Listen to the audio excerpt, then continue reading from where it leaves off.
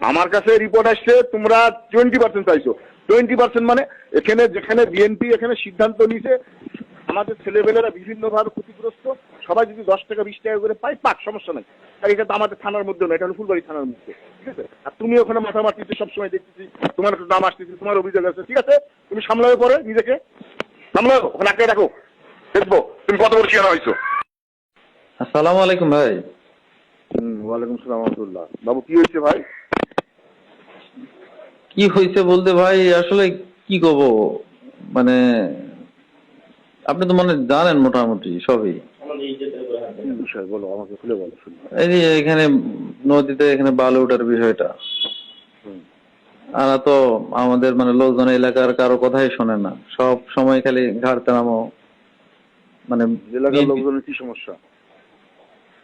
এলাকার লোকজনের সমস্যা, নদী থেকে বালু উঠতে আমরা তো এর আগে আওয়ামী লীগকেও বাধা দিচ্ছি ভাই। নদী এলাকার লোকের কি সমস্যা? ওখানে নদী থেকে বালু উঠতেছে, ওটা তো হচ্ছে মানুষের ব্যক্তিগত সম্পত্তি, ব্যক্তিগত সম্পত্তি থেকে তুলবে, সেটাতে তোমরা বাধা দেওয়া আর কি। তো ভাই আমি তো আসলে আপনাকে তো অভিযোগ করিনি ভাবে, আমি তো কাউকে অভিযোগ করিনি।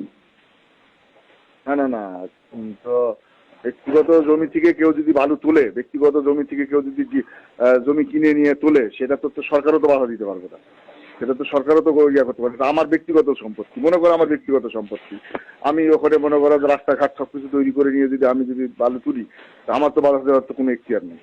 কেউ বাধা দিতে পারবে? যদি সরকারের খাসখতিয়ানের সম্পত্তি হয়, সরকারের যদি বালু মহলের থাকে, জায়গা থাকে, সেক্ষেত্রে যদি আমি অবৈধভাবে, তখন ওটা যদি ডাক না থাকে, সেটা অবৈধভাবে তখন ওটা তোলা হয় ওটা আর কি, ঠিক আছে? আর এটা তো বালু না, এটা তো হলো রাবিশ মাটি, তোমার হলো রাবিশ। এটা এর আগে দেখছি ভাই বালু না, পুকুরে বাধা দিচ্ছ কেন? আমি বুঝলাম না ঘটনাটা কি। এখানে তো সামগ্রিকভাবে বিএনপি সিদ্ধান্ত নিচ্ছে ওখানে। আমি তো বাধা দেইনি ভাই ওখানে। না, তোমার কথা আসতেছে তো, তোমার নাম আসতেছে তো, আমাকে তো সাংগঠনিক সম্পাদক আমাদের নুর ইসলাম চাচা তোমার নাম বললো যে তুমি ওখানে বাধা দিচ্ছ। তুমি বিএনপি সিদ্ধান্ত কিন্তু ইয়া করো, কি যেন ভায়োলেট করো।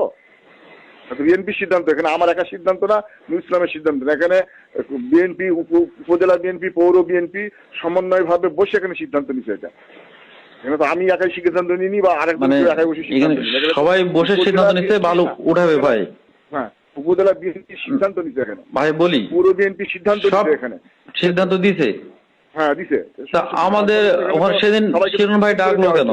শিরুন ভাই সেদিন আমাদের ডাকলো, আমাদের তো কোনো কথা শুনলো, তা আমাদের তো ফিডব্যাক কিছু দিল না। কেন দিল না মানে? তোমাকে ফিডব্যাক দিল না মানে? তো রাজুকে তো সবকিছু বিস্তারিত বলে দেওয়া হয়েছে তো। এটা রাজমা আমাকে তো সব জানে, রাজমা করছে, আমি হলে কিছু জানি না, নুর ইসলাম চাচার উপর আমি কোনো কথা কওয়া পারছি না। আর ওইরকম কোনো ফিডব্যাক আমাদের জানানো হয়নি ভাই। আর রাজমাজি বলে যে রাজুকে তো সমস্ত রাজুকে জানানো হয়েছে, কি না হবে বিস্তারিত সবকিছুই বলা হয়েছে। রাজমা কি শোনো না শুনলে আমি জানি না, রাজমা আসে তো কোনো কথা বলি না, রাজমা খুলে যে সবকিছু মানতে হবে তাও তো নয়। আমাদেরও তো কোনো আছে ভাই, এখানে অধিকার তো আছে।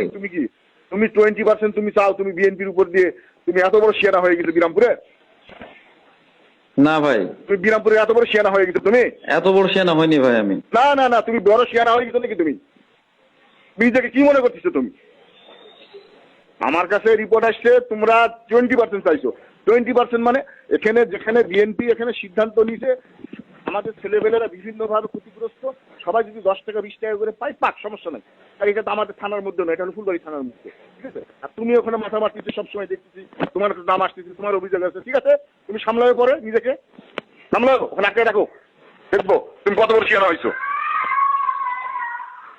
ভাই আমি তো বিএনপিকে তুমি ইয়া করে কি জন্য বলে, তুমি হলো মাইনাস করে ইয়া করে বাদ দিয়ে তুমি নিজেকে সামলাবে ওখানে, দেখবো। ভাই আমি তো ওখানে বলিনি যে আমাকে ওখানে চাঁদা দেন, আমি বলেছি কাউকে?